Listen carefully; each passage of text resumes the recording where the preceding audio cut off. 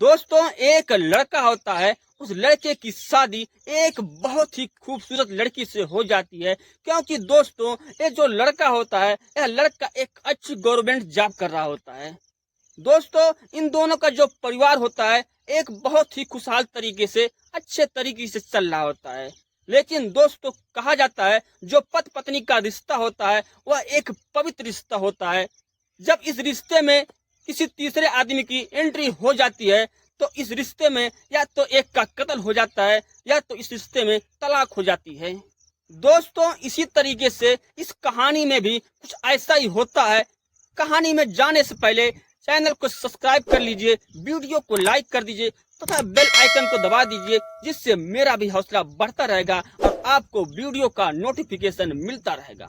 नमस्कार दोस्तों, मैं अविनाश पाल। आज जो मैं आपको एक सच्ची घटना सुनाने जा रहा हूं, यह सच्ची घटना उत्तर प्रदेश की राजधानी लखनऊ के रहने वाले एक ग्रामीण क्षेत्र के लड़के जिसका नाम होता है रवि। दोस्तों जो यह रवि होता है यह बचपन से ही पढ़ने लिखने में बहुत अच्छा होता है और यह लड़का बहुत सीधा साधा लड़का रहता है। दोस्तों जब यह बड़ा होता है तो इसको एक गवर्नमेंट नौकरी मिल जाती है और जो नौकरी होती है वह नौकरी बैंक में एक अच्छे पोस्ट पर मिल जाती है। दोस्तों नौकरी मिलने के बाद जो रवि के घर वाले होते हैं वह बहुत खुश हो जाते हैं। रवि से शादी करने वाले लोगों का तांता लग जाता है, होड़ लग जाता है कि रवि से शादी हम कर ले। दोस्तों यूपी बिहार में जिस लड़के को नौकरी मिल जाती है समझो उसको भगवान से भेंट होना हो जाता है, वह सबसे अच्छा लड़का माना जाता है। दोस्तों इसी तरीके से जब रवि को नौकरी मिल जाती है तब उसका डिमांड बढ़ जाता है, उसके चाहने वाले लोगों का तांता लग जाता है। दोस्तों समय बीतता जाता है। एक दिन रवि के माता पिता रवि से कहते हैं बेटा शादी कर लो, कब तक ये रिश्ते वाले घर पर आते रहेंगे। जो रवि होता है वह शादी करने के लिए मान जाता है। रवि की शादी एक रीमा नाम की लड़की से हो जाती है। जो रीमा होती है वह रवि के घर पर खुशहाल तरीके से रहने लगती है और जो रवि होता है वह अपने ड्यूटी लखनऊ चला जाता है। दोस्तों इन दोनों के शादी को लगभग 6 महीने बीत चुके होते हैं। जो रीमा होती है वह रवि के घर पर रहती है और रवि लखनऊ ड्यूटी पर रहता है। तभी एक दिन रवि अपने घर पर आता है और अपने माता पिता से कहता है, अपने मम्मी से कहता है माता जी हम रीमा को अपने साथ लखनऊ लेकर जाना चाहते हैं, क्योंकि हमको खाना बनाने में कपड़ा धुलने में बहुत दिक्कत होता है। हम ड्यूटी करके आते हैं तभी हमको खाना बनाना पड़ता है, कितने दिन तो हम उपवास सो जाते हैं। जो रवि के माता पिता होते हैं रवि के फीलिंग को समझ जाते हैं, इन दोनों के फीलिंग को समझ जाते हैं और कहते हैं बेटा ठीक है लेकर जाओ, कब तक तुम अकेले खाना बनाते रहोगे।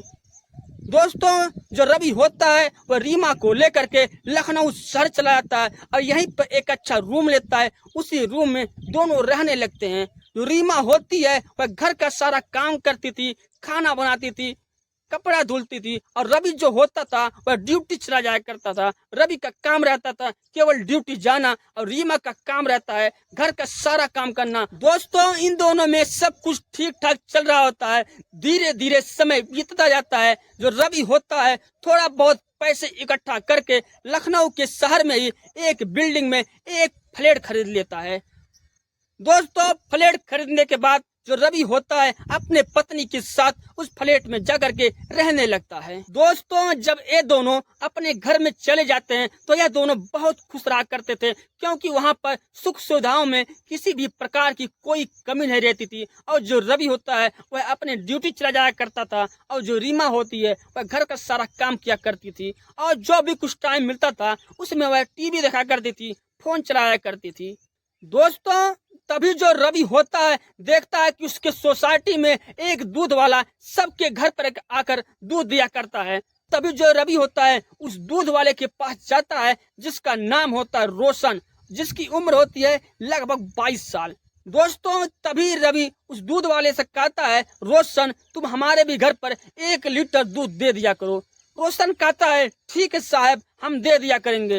रोशन सबके घर पर दूध देते देते आता था, उसके बाद रवि के घर पर दूध दिया करता था। दोस्तों धीरे धीरे समय बीतता जाता है। रोशन सबके यहाँ दूध दे करके और उसके बाद रवि के यहाँ दूध देने लगता है। रवि के यहाँ जब दूध देने लगता है तो वह रीमा से घंटों घंटों तक रुक करके रीमा से बातें करने लगता था। उससे उसको और के यहाँ दूध देने में लेट हो जाती थी और उसको डांट पड़ने लगती है।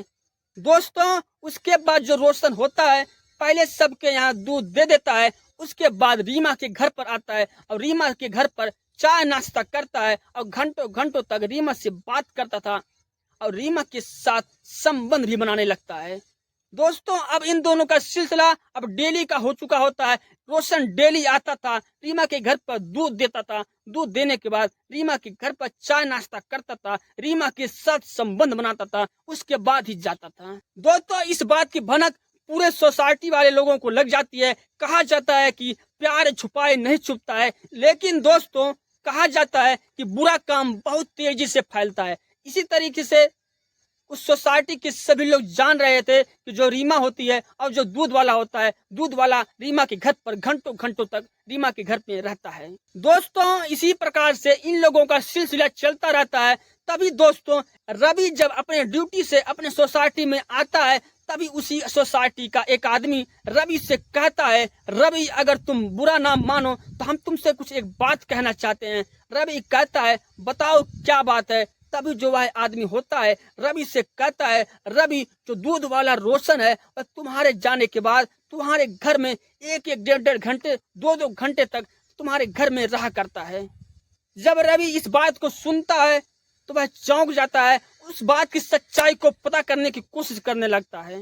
दोस्तों तभी एक दिन जो रवि होता है अपने ड्यूटी जाता है और ड्यूटी पर से ही रीमा के पास फोन करता है। कहता है रीमा हमें बैंक के काम से ही एक सप्ताह के लिए बाहर जाना पड़ेगा, तुम एक काम करो अपने मम्मी को या अपनी बहन को अपने पास रहने के लिए बुला लो। रीमा कहती है नहीं ऐसा कोई बात नहीं है, हम घर में अकेला रह जाएंगे, कोई भी दिक्कत नहीं है, आप आराम से जाइए। दोस्तों रवि चला जाता है। उसके बाद दूध वाला रोशन रीमा के घर पर दूध देने के लिए आता है और वापस ये लोग उसी तरीके से चाय नाश्ता करते हैं और संबंध बनाते हैं। संबंध बना करके जो दूध वाला होता है वह अपने घर जाने लगता है। तभी जो रीमा होती है दूध वाले रोशन से कहती है, रोशन एक काम करो तुम आज यहीं पर रुक जाओ, जो तुम्हारे साहब हैं वह किसी काम से बाहर एक सप्ताह के लिए गए हैं। रोशन कहता है ठीक है। रोशन रीमा के घर पर रुक जाता है। उसके बाद शाम को करीब 3 बजे जो रवि होता है वह अपने घर पर आता है तो देखता है दरवाजा अंदर से बंद रहता है।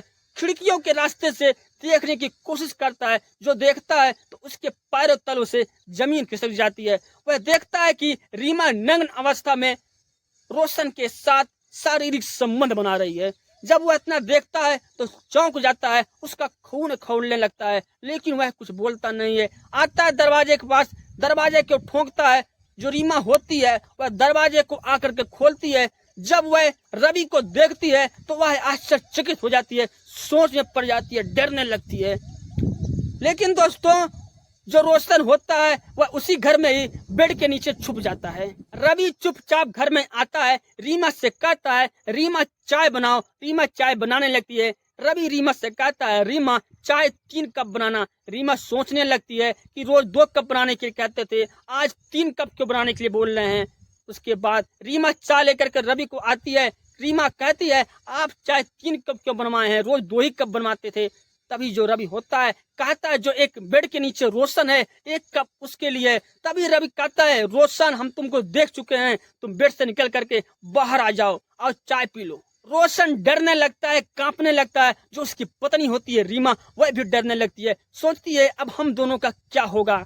उसके बाद रोशन बाहर निकल के आता है, रवि के पैरों पर गिर जाता है, रोने लगता है, बिलखने लगता है। कहता है साहब एक बार मुझे माफ कर दीजिए, मेरे से अब ऐसा गलती नहीं होगा। रवि कहता है कोई बात नहीं, पहले तुम चाय पियो। चाय रोशन पी लेता है। चाय पी करके रोशन अपने घर पर चला जाता है। जो रवि होता है ना तो रोशन को कुछ कहता है ना तो रीमा को कुछ कहता है। दोस्तों रोजाना की तरह यह दोनों साथ में खाना खाते हैं। खाना खाने के बाद वापस सो जाते हैं। सुबह होता है, जो रवि होता है वह अपने ड्यूटी चला जाता है। दोस्तों 2-3 दिन इसे बीतते हैं। 2-3 दिन के बाद एक दिन संडे का दिन आ जाता है। जो रवि होता है रीमा से कहता है रीमा आज चलो हम लोग घूमने चलते हैं। दोस्तों रवि रीमा को लेकर के घूमने के लिए चला जाता है और वहां पर ये लोग जा करके एंजॉय करते हैं, अच्छा चीजें खाते हैं। उसके बाद रवि जो होता है एक मॉल के सामने गाड़ी को खड़ा करता है, रीमा से कहता है रीमा तुमको जितना भी शॉपिंग करना है, जो कुछ भी खरीदना है आज तुम खरीद लो। रीमा जाती है, शॉपिंग करती है और जो रवि होता है वह भी अपने लिए सामान खरीदता है, अपने लिए कपड़ा खरीदता है, जूता खरीदता है, सारे सामान को ले आकर के अपने गाड़ी में रख देता है। उसके बाद ये दोनों एक 5 स्टार होटल में जाते हैं, वहां पर अच्छे से खाना खाते हैं। खाना खाने के बाद वापस अपने गाड़ी में आकर बैठ जाते हैं। दोस्तों उसके बाद जो रवि होता है वह गाड़ी अपने घर पर न ले जा करके एक जंगल की तरफ गाड़ी को ले जाता है। जब रीमा देखती है कि गाड़ी एक जंगल की तरफ जा रही है तो वह रोने लगती है, कहती है आप मुझे मारने के लिए ले जा रहे हैं क्या? तभी जो रवि होता है कहता है हम तुमको मारेंगे नहीं। जो रीमा होती है माफी मांगने लगती है, कहती अगर ऐसा कुछ करना है तो मुझे माफ कर दीजिए, मेरे से एक बार गलती हो गया, अब ऐसा गलती मेरे से नहीं होगा। रीमा कहती है एक बार मुझे आप माफ कर दीजिए। दोस्तों रात का समय हो जाता है, करीब 9 बजने वाले होते हैं। तभी जो रवि होता है उस गाड़ी को एक गांव की तरफ मोड़ देता है और एक घर के सामने ले जाकर के गाड़ी को खड़ा कर देता है। दोस्तों वो जो घर होता है किसी और का नहीं बल्कि दूध वाले रोशन के घर होता है। दोस्तों रात के समय में गांव में गाड़ी आने से सभी लोग अपने घर से बाहर निकल आते हैं और जो रोशन होता है वह भी अपने घर से बाहर निकल आता है। तभी जो रवि होता है रीमा से गाड़ी से निकलने के लिए कहता है, रीमा गाड़ी से निकलती है, रीमा के सारे सामान को निकालता है, कहता है रवि रीमा आज से तुम्हारा घर यही है, तुमको यहीं पर रहना। दोस्तों इसके बाद जो रीमा होती है वह चिल्लाने लगती है, रोने लगती है, कहती है एक बार मुझे माफ कर दीजिए, मेरे से गलती हो गया, अब ऐसा गलती हम कभी नहीं करेंगे। और जो रोशन होता है वह आश्चर्यचकित हो जाता है, सोचने पर मजबूर हो जाता है। उसके बाद जो रवि होता है रीमा के लाख कोशिश करने के बाद रीमा को अपने साथ नहीं लेकर आता है और वहीं से रीमा के पिता को फोन करता है, कहता है आज से आपका दामाद हम नहीं हैं बल्कि आज से आपका दामाद रोशन है, आपको अपने बेटी से मिलने आना होगा तो रोशन के घर आना, अपने बेटी से बात करना होगा तो रोशन के घर पर जाना, मेरे घर पर मत आना, मेरे से कुछ भी मतलब नहीं है, आपको एक नया दामाद मिल चुका है। दोस्तों इतना कहने के बाद जो रवि होता है वापस अपने घर पर चला जाता है। दोस्तों इस कहानी में रवि ने जो काम किया है वह अच्छा काम किया है या बुरा काम किया है, एक बार आप कमेंट करके हमें अवश्य बताएं। इससे पहले कि आप चैनल को सब्सक्राइब नहीं किए हैं, चैनल को सब्सक्राइब कर दीजिए, वीडियो को लाइक कर दीजिए तथा बेल आइकन को दबा दीजिए, जिससे मेरा भी हौसला बढ़ता रहेगा और आपको वीडियो का नोटिफिकेशन मिलता रहेगा। दोस्तों इस कहानी को सुनाने का मतलब मेरा किसी का दिल दुखाना नहीं है बल्कि समाज को जागरूक करना है। नमस्कार, जय हिंद, जय भारत।